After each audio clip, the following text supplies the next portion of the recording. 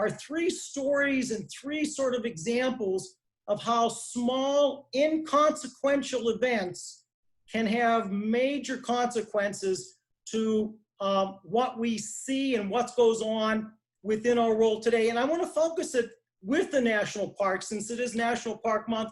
I'll talk somewhat at Big Bend, but I'm also going to look at some things going on around the country in general as they impact the national parks, and where are the state of the national parks related to some of these.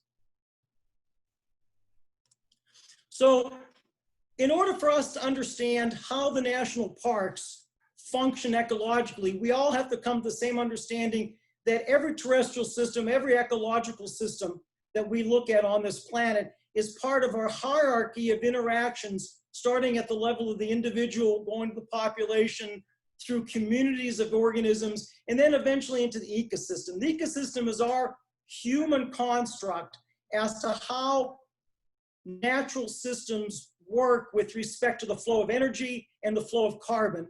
And this is what makes up our world. And what we sometimes fail to understand is that those laws, those rules that govern how the natural world operates, functions both from the natural systems that are undisturbed to even all of our human-based systems, whether we're talking about cities or whether we're talking about agriculture, in some way, shape, or form, all of those aspects of the natural world are mirrored in the managed world that we interact with. And the understanding then becomes, what are the driving forces that govern how they work? How do they manage energy? How do they manage carbon? How do they manage the flow of matter between various parts of them? And so a lot of the research that I've been doing over my time as an academic and it has been to understand what are these linkages up to the level of the ecosystem, and then what controls how these ecosystems function, whether it's a managed system such as an agricultural field or whether it's a natural system such as a national park. Now, obviously, humans constructed the concept of what an ecosystem is, but it includes, what you have to understand is it includes both the biotic component, which are all the biodiversity that exists within a given area, plus the abiotic environment. We have realized that the abiotic environment, the temperatures, the rainfall patterns, the weather patterns, soil type, wind, humidity, nutrient availability, these all interact with the biotic and change the biotic over time. And the biotic interacts with that part of the process too and changes some of that over time. And then we end up with the ecosystems we know of. We talk about prairie ecosystems. We talk about forest ecosystems. But one of the aspects that we as humans don't have a good understanding of is that how the changes in the magnitude and the strength of the abiotic characteristics impose stress on the ecosystems, and that's such as droughts, floods. You know, that's what we're dealing with now in terms of climate change. That's what we're dealing now in Lubbock with these long, hot days. So what I'm going to talk a little bit about is how all this comes to play out with respect to the national parks, and also what I've been able to discover at Big Bend as to how these things interact to control some of the important ecological processes. Now, if you wanted to play God, you can actually construct a very simple ecosystem. And the diagram I have up there shows what the most simplest functional ecosystem is. You have energy in the form of sunlight that are hitting the primary producers, the plants. You have rainfall providing moisture. And then the primary production in the form of carbon goes below ground to the decomposers, the bacteria and the fungi. They take and recycle the carbon from the primary producers, and in building their own biomass, build up, at least release CO2 that goes back to the plants, and then they mineralize and recycle the nutrients, the nitrogen, the phosphorus, back to the primary producers. And this essentially is the most simplest functional ecosystem that we know of. Primary producers capture the energy, transfer it to carbon, the decomposers, like us, use that carbon, recycle the nutrients back to the primary producers, and it's self-sustaining. Now, the question I have to ask you is, Where are the animals? And it turns out, interestingly enough, that you don't need animals for an ecosystem to function in its simplest form. You won't get the ecosystems we know of, but you don't need them. But in actual fact, you do. These bow ties here are the factors that control the rates at which carbon moves from primary producers to decomposers, the rates at which nitrogen and nutrients flow back into the primary producers, and the amount of CO2. That is all controlled by animals. That's all controlled by grazers. That's all controlled by predators. That's all controlled by the nematodes, the soil microbiota. Without that interaction, our terrestrial systems will not function as we know them. The other part that I think is important to realize is that ecological systems, particularly at the level of the ecosystem, provide services that we as humans depend on. Fixation of O2, fixation of CO2, production of O2, fixation of CO2, production of energy to support the environment, soil carbon storage, nutrient cycling, decomposition, terrestrial water capture. They clean up human waste. So these are the services that we as humans are able to get out of the terrestrial systems that we are a part of. Now, I have to ask you another question. And here's the question. Of these systems, obviously some of them are quite obvious. Which of these are influenced by plants? So as you look at this list, sort of check off in your own mind, which of these are influenced by plants? Because that's the top part of our simplest ecosystem. Then the question is, and that's those, right? So the plants influence all of those areas that I've outlined in green. They're responsible for that. Which of these are influenced by soil microbes, the bacteria and the fungi that are important for soil health, that make up all of our soil? And that's the ones I've outlined in red. And you'll notice, importantly, that there's an overlap. And that overlap deals with carbon and decomposition. And it's that interaction between plants and the microbes in soils that are fundamentally crucial for all aspects of how soils function, whether it's in natural systems or whether it's in man-made managed systems. That link has to be there. If the link is not there, you have to put energy into the system in the form of fossil fuels or some of our fertilizers in order to get the system to work the way it does. Now, there's one other point I want to make about ecological systems, particularly ecosystems. They're not static. All ecological systems change over time. Now, some of them change pretty fast. Some of them are very slow over time.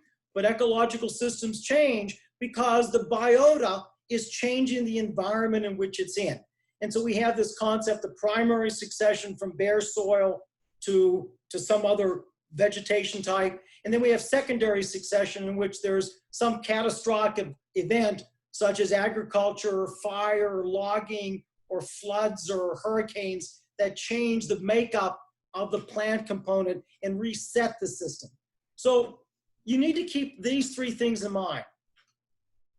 All ecosystems provide services. Plants and microbes are essential for the functioning of all terrestrial systems, and that all ecological systems are not static. And as a consequence of that, when you think about the national parks, or you think about any area which we are trying to maintain as humans, we run into a problem.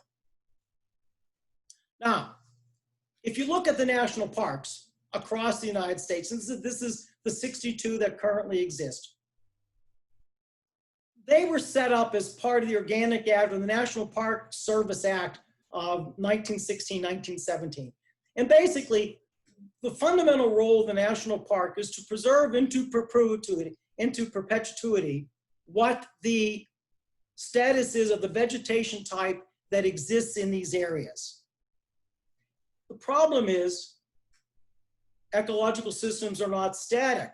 So Yosemite Yellowstone, Big Bend National Park, Shenandoah National Park, all of our national parks are still undergoing ecological succession and will continue to undergo ecological succession and respond to the stresses that we see, irrespective of what we want.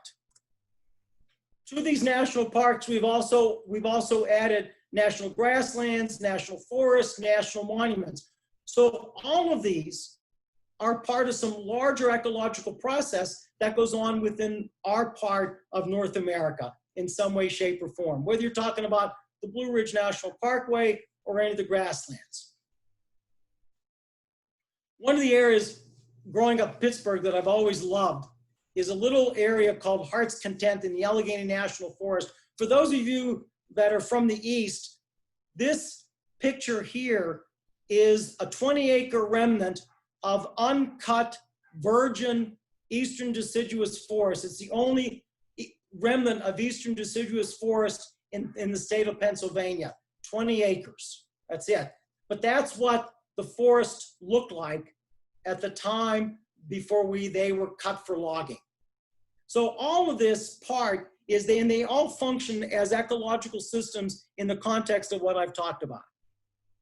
So what I'm going to do to put this into a context in which you can identify with is I'm going to tell you 3 stories that are related to either some of the things that I teach or some of the work that I've done at Big Bend National Park and around the US. My first story is what I refer to as a fungal catastrophe. This is an event that is still ongoing, and the event, I think, really epitomizes how little things can change history.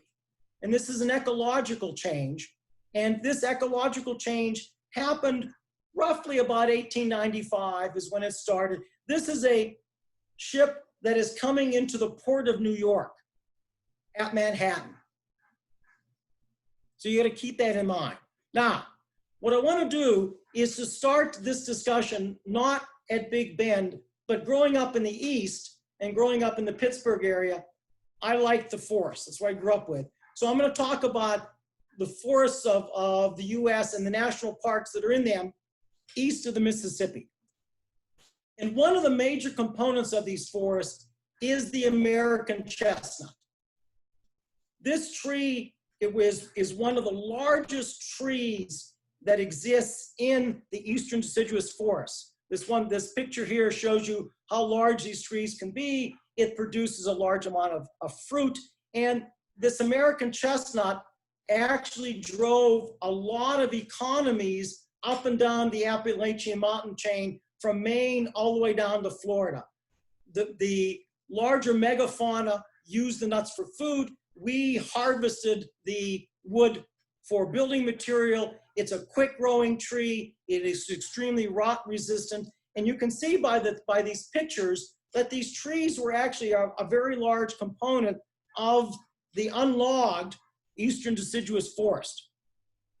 And so when you think about the Great Smoky Mountains National Park, when you think about the Blue Ridge Parkway, when you think about the Shenandoah Valley, the Delaware Water Gap, the Allegheny National Forest, these chestnuts are part of that system that we have set aside and have preserved. People thought that these were really, when they went west and saw the redwoods in California, they said, well, we have redwoods back east, and it was the chestnut. Chestnut trees account for 1/4 of all trees east of the Mississippi. This is a woodcut of what these trees in one of the parks looked like at the time in which the woodcut was made. Another picture of somebody standing beside the American chestnut. So a pretty regal tree. 1/4 of all trees. I want to go back to our story about this ship. So the ship pulls into the harbor of New York and brings with it a series of small seedlings of another chestnut. This is the Japanese or Chinese chestnut, Castanea mollissima. It's a much smaller tree. it produces fruit. And the reason it was brought into the US on that ship over about a 10-year period is people in New York area wanted to grow chestnuts in their backyard. But the American chestnut is too large for a normal house, so they decided to go ahead and bring in these Oriental chestnuts, these Japanese chestnuts, and plant those trees in their backyard for fruit, which they, again, that's where the song comes, chestnuts roasting on an open fire. That's where the song originated from. So you can see the Castanea mollissima and the chestnuts. However, they brought a disease with them. And this disease was on the seedlings that were brought to New York. They didn't realize that at the time. The Japanese and the Chinese trees were resistant. But what they started to see in New York in 1904 was that large chestnuts in the Bronx and in New York were starting to lose limbs and starting to die. And it took them a while, about 8 years, to discover it was a fungus. And within a 6-year time, it killed 1,500 trees in just New York City alone. Wiped them all out. No resistant. And this is the fungus. It's a very innocuous looking ascomycete. If you like morels, it's in the same phylum. But what this fungus produces spores, and then what happens is the spores blow around in the air, or they travel on you, or they travel with birds, and the bird lights on the bark, and this fungus grows then in and kills the cambium, which is the living part of a tree, which produces the bark and continues the outward growth of the tree. And you start to see these fungal structures appear on the outside. And so when you look at chestnuts, this is a canker of this fungal disease. And so basically what it does is it girdles the tree and keeps the water from getting to the top part of the tree or the branch, and eventually the tree then succumbs. By the 1950s, the US lost all of its chestnuts. 4 billion trees were killed by the fact that people imported smaller chestnut trees to grow in their backyard. They tried over the ensuing years, they spent about $400 million to come up with a cure, but the green area is the range of chestnut in terms of what the eastern forests and what the national parks look like prior to the spread of the disease. And then this gives you an idea of how fast it spread. At the rate of 20 to 50 miles per year. And do you know the reason it spread so fast? Because loggers wanted to cut the chestnut trees down before they succumbed to the disease. And so they brought the fungus with them. And everywhere they went to cut chestnut trees down, they cut chestnut trees down. And in doing so, you ended up with these dead trees. These black dots, by the way, are remnant live chestnut trees scattered around the original area of where chestnuts grew. So you still have some live chestnuts because they stump sprout. This is an actual picture of a forest in Virginia. This forest is not a forest fire. This forest is a picture of what these chestnut forests look like once the disease went through and wiped out that forest. Now, the reason this is important is that when you go out and look at all the national parks in the East currently, there may be a smattering of chestnuts, but most of them are occupied by oaks and hickories and hemlock. Those are not the final successional stage of these forests. Chestnuts were, but now the chestnuts are gone. And what you start to see is that the species that are currently in them are not adapted to being the dominant tree. And we're starting to see long-term consequences of oaks and other diseases now moving through and killing off those trees because they're in a dominant position where they were never ecologically in that position. But we still have people looking to see if we can bring the American chestnut back. And so, we do find surviving chestnut trees. This is a picture in Maryland. And ever since the original the spread of the disease, there are foundations that have started to try to bring chestnut breeding and see if you could breed resistance into the chestnut tree. And in fact, we now know we have. So what they've done over the last 80 years is to cross the American chestnut with the Chinese chestnut to see if you can impart that resistance gene. And there is a new variety of American chestnut now called Darling 54, which has just been introduced in about 2017. And it actually has been planted out to see how well it does in the natural environment to get the chestnut back into the native systems that originally existed prior to us moving this insignificant fungus into New York. So that's the first story. The second story has to do with farming and us as urban gardeners. And the question is, oh, a little more nitrogen can't hurt. And this is where Big Ben's going to come into the picture more. So as many of you know, if you've been to Big Ben, it's the southernmost extent of the Chihuahuan Desert in the United States, but all deserts in the US are water regulated, but they're nitrogen limited. They're designed to function on very low levels of nitrogen. And part of that is due to the fact that rainfall plays a major role in when things are active, when the plant vegetation is active, when the microbial component is active. If you remember early on, I said, when you're talking about ecosystem services, carbon storage and decomposition are critically related to plant and microbial activity tied together. And it's in arid systems, particularly deserts, the amount of nitrogen can't be excessive because the systems aren't able to deal with that excessive nitrogen because the fact that they're responding to the moisture and they've evolved over nitrogen limited systems. So what does it have to do with Big Bend?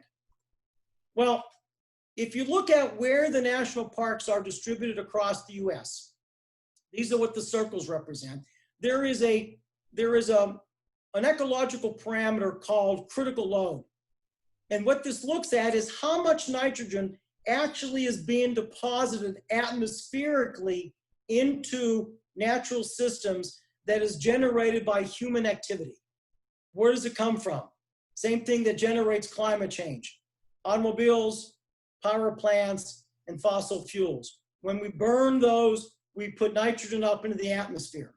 And the nitrogen has to go someplace, and so it comes in as rain. And so what this map shows you is how much nitrogen in the system is critical in terms of being deleterious to the system. So we see in the eastern part of the US, we're running about 3.5 extra amounts of nitrogen per hectare per year, where we're looking in the Pacific Northwest, in some parts, of the desert Southwest, it's 2 to 2.5. If you look at Big Bend, it's about 3. That's the critical load. So that's how much, theoretically, can come into the system without causing it to change. Too much nitrogen. This is what's called the critical load. You'll see for the middle part of the country, because of the grasslands, the critical load is a little higher. But what do we know about deposition? This is a map. This is the most recent map from what's called the Castanea system. This is a network of sites across the US that actually measure how much wet deposition of ammonium and other forms of nitrogen come into the system. Ammonium is our largest input. And you can see the middle part of the country has an enormous amount of extra nitrogen that comes into the system. If you look down at where Big Bend is here, we're still looking, at about 1.5 to 1 extra kilogram of nitrogen per hectare per year. If you look at the other form that's prevalent, this is nitrate nitrogen, we see again where you would expect it in those areas. So the question is, what is this extra nitrogen doing to our national parks or to ecological systems in general? Keep in mind that what this map also points out is that not only is this nitrogen being deposited in our national parks and national forests and national grasslands, it's coming into your yard. It's coming into all agricultural systems that we produce or have in the United States. So this nitrogen is not just being deposited in natural systems, it's being deposited everywhere across the system. Now, one other way to look at this is, and the amount of nitrogen coming in and the consequences of that extra nitrogen, you can start to see, where the cities are. There's Houston, there's Dallas, there's, parts of Louisiana, there's San Diego. You can begin to see, there's Lubbock and Amarillo even, right? Where you can begin to see what the effect of cities. Look at Chicago, look at Minneapolis, look at St. Louis, in terms of the amount of nitrogen that's being generated as deposition. And then you begin to see what are the critical loads throughout the United States, and then also to understand where those systems have exceeded the critical loads, so there is a deleterious effect of that nitrogen. And that's part of what is crucial for understanding how our national parks function. That's the other stressor that's imposed on the ecological processes, is too much nitrogen. So from 2015 to 2019, we set up a rather ambitious but low-tech study, and this is to look at how much nitrogen was actually being deposited in Big Bend National Park. Big Bend has one Castanea station, but obviously the park is a large area and storm systems and weather systems come in from different areas. So what we did is we ran a series of stations on a north to south gradient and then an east to west to look at where the nitrogen was coming in at various locations around the national park. And basically what we did is we set up these collecting devices, which are big funnels to collect the rainfall. And then what we used were ion exchange resin beads that then, as the water percolated on, they would attract the ions, collect them, we would collect them, analyze them, and we could get an amount of nitrogen per time for each of these locations and look at what is going on. At the same time, what we also looked at was what was going on with the below ground microbial system. Because remember, nitrogen is necessary for plant growth, but it's also necessary for microbial, but it impacts the interaction between the plants and the microbes. And if you give it too much or too little, you disturb that interaction. Now,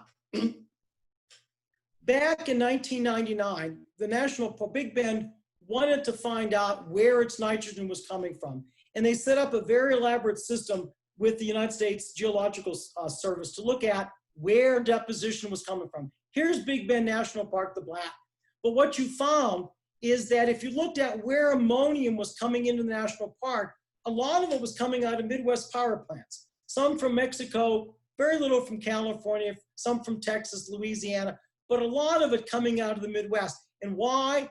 It's because at different parts of the year, those air masses are coming down the eastern side of the Rockies and stalling out over Big Bend, and all of the nitrogen that's deposited in an air mass when it does rain falls out.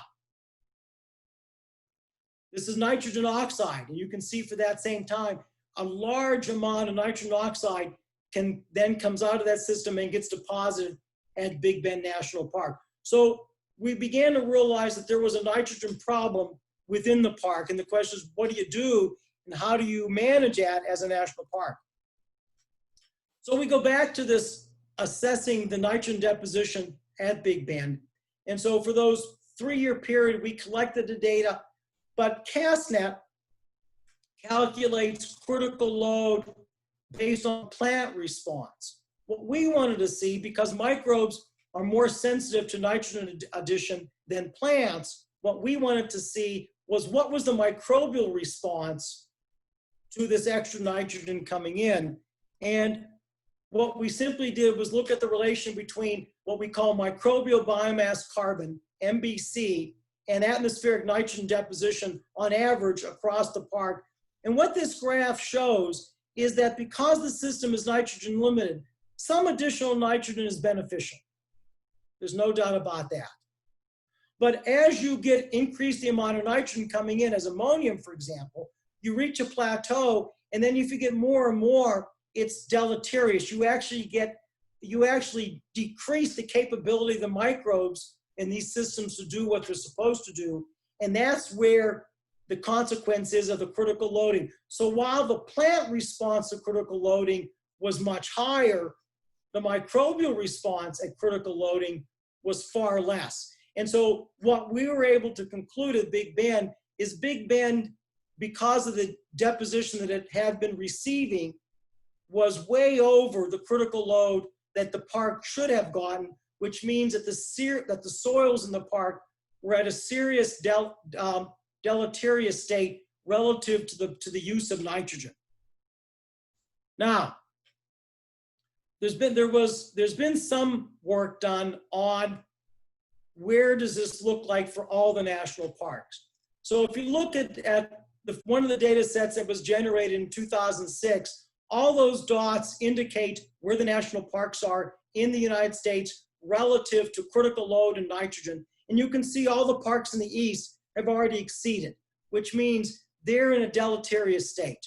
Big Bend is in that marginal. Some parts are no exceedance. But one of the things that this study did is it used the climate change models to predict the amount of CO2 that would be given off at a high end, and then look to see how that high end amount of CO2 was related to the burning of fossil fuels and the increase of nitrogen deposition in the atmosphere. And what you see now by 2050 is if we don't do anything with the burning of fossil fuels, not only will it change the consequence of climate due to CO2, it exacerbates the problem of nitrogen into all these ecological systems and puts the majority of national parks way and above what their critical load should be, and which indicates these are all a deleterious effect. Now, if you've ever been to Great Smoky Mountains National Park, and you've been up to tree line, what you'll notice as you go from the valley to the ridge tops, you'll notice that you see these forests of dead pine. And this is not a forest fire. This is a consequence of nitrogen deposition and acidic rainfall that started back in the 70s and early 80s. All these trees are dead because of too much nitrogen. And the acidity of the rainfall then changed the dynamics of the microbes that are in the soil in dealing with factors and elements that are in the soil. And those symbiotic relationships couldn't deal with the amount of nitrogen, couldn't deal with the acidity of the rainfall, and died. The younger trees have not, because they have a different group of fungal symbionts. But the question is going to be is what happens to this vegetation if this impact of nitrogen deposition continues? Will these trees again die? But this is what the upper regions of Great Smoky Mountains National Park look like. So what happens at Big Bend? What are the consequences of the critical loads that we've been able to put together? Well, the final outcome for Big Bend is the following. Invasive species are increasing in the park as a consequence of that added nitrogen. You know in your own yards, if you fertilize more, what do? You get weeds. So that's what's happening in these systems. We're getting more and more weedy species. Grasslands don't deal well with too much nitrogen. They begin to degrade, and then you start the downward spiral of a decrease in soil microbial dynamics, loss of soil health. So what you expect the park to look like as a consequence of the Chihuahuan Desert is not going to be there unless they are able to get the nitrogen deposition under control. And the way to do that is to quit burning fossil fuels. Let's talk about my story 3. And this has to do with temperature. And obviously, when the comment sometimes you get from people is, what will an additional 1 or 2 degree increase in global temperature cause? But for us in Lubbock, for us in Texas, one of the major aspects of this that most people don't realize is this whole discussion about the 100th meridian and this line that demarcates the mesic east from a semi-arid and arid west. And John Wesley Powell was the one that said the 100th meridian was a very influential demarcation line between what you could do with the western part of the country with what could be done in the eastern part of the country.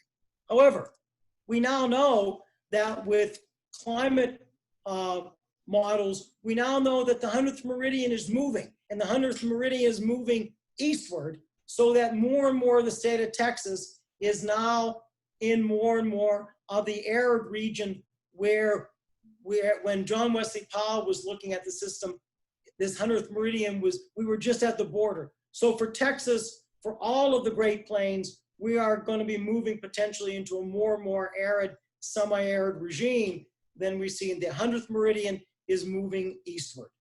And the consequences of that to Big Bend, to all the national parks, and to agriculture, to ranging, to us to being able to live in Lubbock.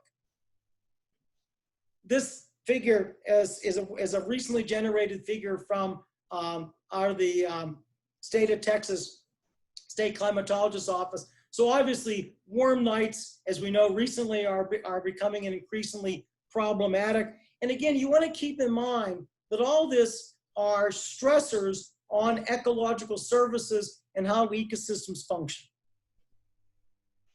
Looking at projected number of hot days compared to historical days, low emission, high emissions. Again, this is out of the State Climatologist data center. We can see for all the Southern High Plains, you know, depending upon what scenario we end up, we're going to see more and more warm nights. We're going to see more and more dry consecutive days. And what's interesting, as you well know, and from listening to Dr. Hayhoe, is that the temperature change, rate of temperature change, and the impact of those changes is not uniform. It's going to vary with different parts of the country. So if you look at the Big Bend region, we can see that that part of far west Texas has increased a little more than what we've seen in the Llano Estacado compared to the hill country. Now, all of these variables about temperature change have an impact on plants, which then have an impact on the microbial dynamics of the system. And I pulled out some agricultural productivity maps to show you what the agricultural community is looking at. But again, keep in mind that these projections also impact all vegetation. So in terms of the number of frost-free season length, so we're gonna have a longer growing season. The number of frost-free days may change. The number of consecutive dry days, and obviously the number of hot nights, not hot days, but hot nights, are going to all be impacted by the changing global climate patterns. So where does this leave the national parks? The most recent study was done in 2014, and what they looked at was where do the parks sit relative to the amount of variability that they've seen in some of these data sets relating to temperature, to precipitation, and to variability since about 1911, 1910. And what this map shows you is that with respect to temperature, all of the national parks are in the red in the United States. They're seeing a high number of increasing variability compared to the original data that they compared it to in 1910. In terms of precipitation, we're still seeing most of the parks are moving with respect to what that variability looks like. So in terms of climate exposure in the national parks, they've already started to experience these changes that we've seen in other areas around the country and have been seeing those changes. The question is, what are the implications? If we look at Big Bend, one of the interesting things that looking back over my time at Big Bend, we started working in Big Bend about 1993, just at the end of the good period. Because now what we saw going in to 95 and upward in terms of the current period is that the climate's become much more variable. The average mean temperature has increased. So we're seeing this rapid shift already at Big Bend National Park. Well, what does that mean in terms of how the park is responding? So this is again, a study was done in 2014. It's one of the most recent where they looked at this in a large context with all the national parks. Big Bend is already at the extreme in terms of most temperature parameters. That's what the 100th percentile gray area is. So what we see is Big Bend's climate already is at the extreme. And so whether you're looking at, 10, 20, or 30-year moving window, Big Bend has already been experiencing those climate impacts for some time now. If we look at precipitation, we see the same thing. We see, for example, where we're at Big Bend is the driest month, and the length of that period and when it occurs is becoming the most variable. So we're seeing temperatures already at the extremes. We're seeing precipitation in terms of when precipitation occurs now moving into that range. One of the interesting things I think most people won't not take into account is what is the effect of warming, nighttime temperature or daytime temperature, on whether or not anybody uses the national park. So if you plot out, which this study did, when people use the national park at Big Bend, what you see is obviously by April, most people are not attending the park because the temperatures are getting high. So for April through September, vegetation is rather low. It's at the winter months and going into the fall months that you see the highest visitation. But if the amount of hot days is getting longer and longer and longer, you're going to cut into the amount of time that people can actually visit the park and cut back on when people can actually use that national park. Now, I want to compare this to Bandelier National Monument.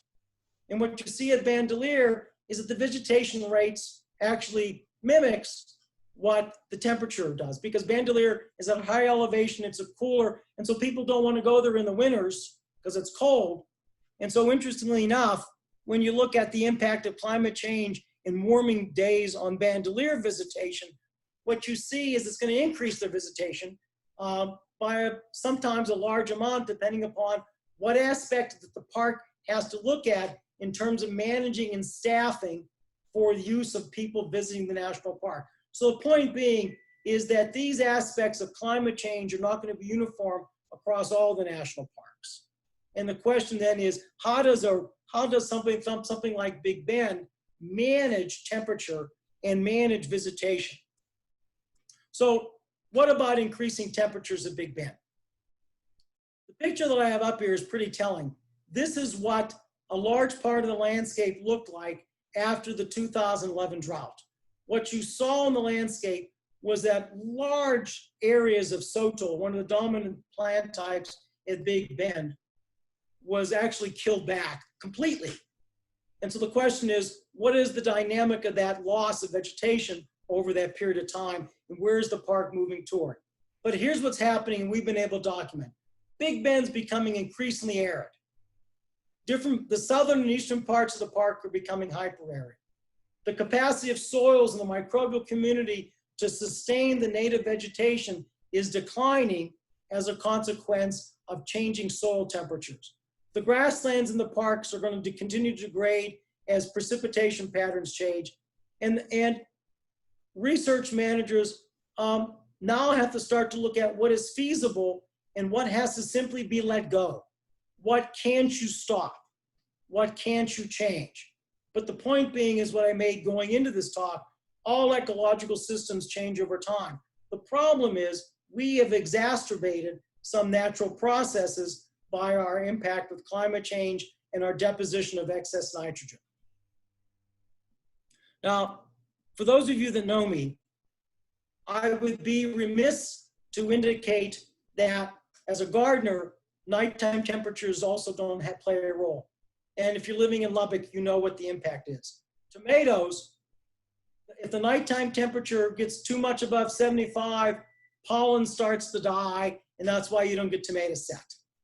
Temperatures of 100 degrees Fahrenheit, it's all the pollen viability that is impacted in you not having good tomatoes, you not having good corn, you not having beans. And it's just not here in Lubbock, it's anywhere across the world in which nighttime temperatures are starting to increase over time. And certainly this period of high temperatures that we've seen is playing a role on your gardens. Peppers and broccoli, same thing. If temperatures are above 90, you don't get fruit set.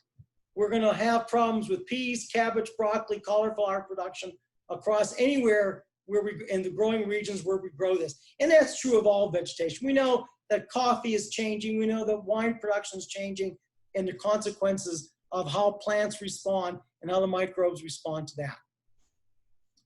But ultimately, I think one of the last bits I want to leave you with is this.